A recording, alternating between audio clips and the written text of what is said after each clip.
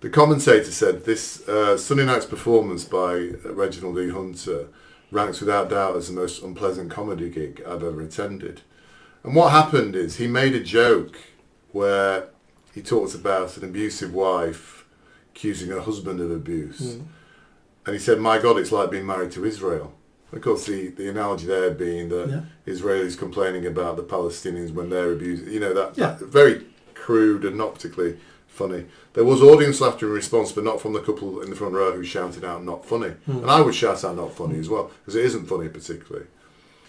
They then said they were from Israel, and then endured for a long period of time people telling them to fuck off, calling them genocidal maniacs, saying you're not welcome, and free Palestine. This is people shouting from the crowd at this.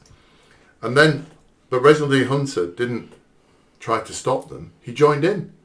He joined in to the point where this couple had to actually leave the building.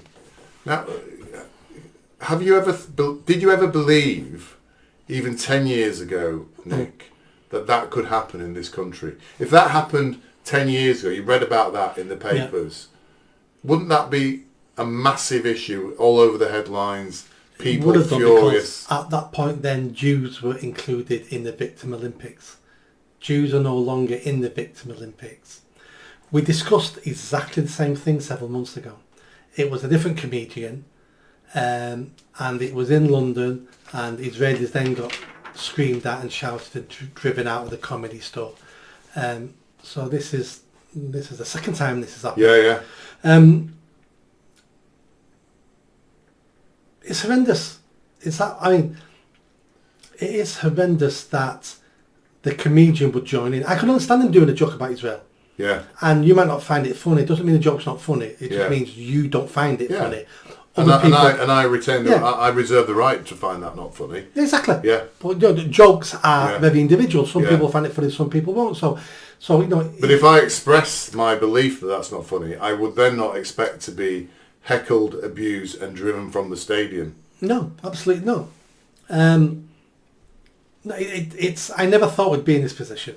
I never thought we'd have Jews being driven out of comedy shows. I didn't think we'd have white racism in this country on display. And there's loads of examples of white racism, which I think you've got one towards the end you've got coming up there, which is no surprise. And let's go back to what you said before. This is like Nazi Germany, where public crowds would harangue and beat up Jews because they could. And that's what's happening now. There's certain people in our community now, certain groups, white people, Jews, who not only is it okay to abuse them, not only is it okay probably to physically attack them, but everybody will cheer you doing it. And this is what happened in Nazi Germany. This is what's happened in other countries with other minorities. And I never thought we would be doing this in this country.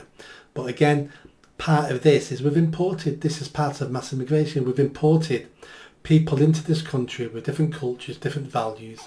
Some of those values are rubbed off on white British people.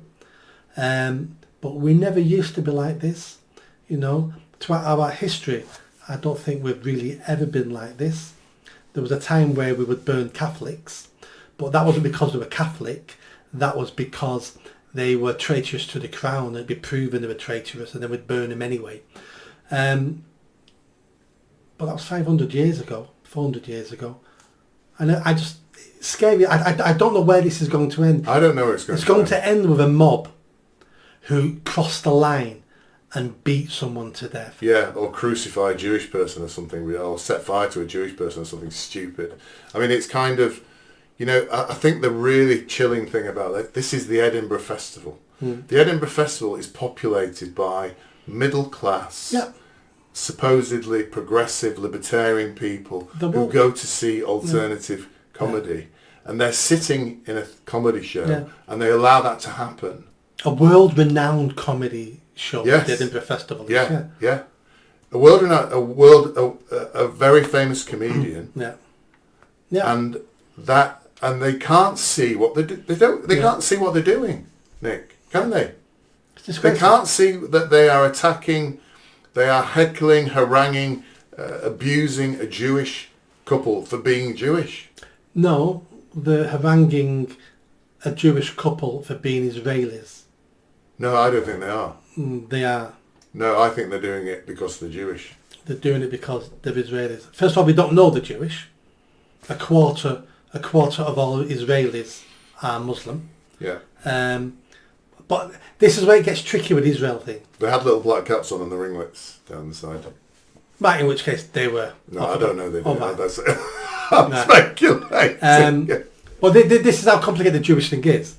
Because you've got Israel, you've got citizens of Israel, not all of them are Jews. Then you've got Jewish people as a heritage. Then you've got the Jewish religion. And all these things are mixed up, and all of us fall foul of conflating them.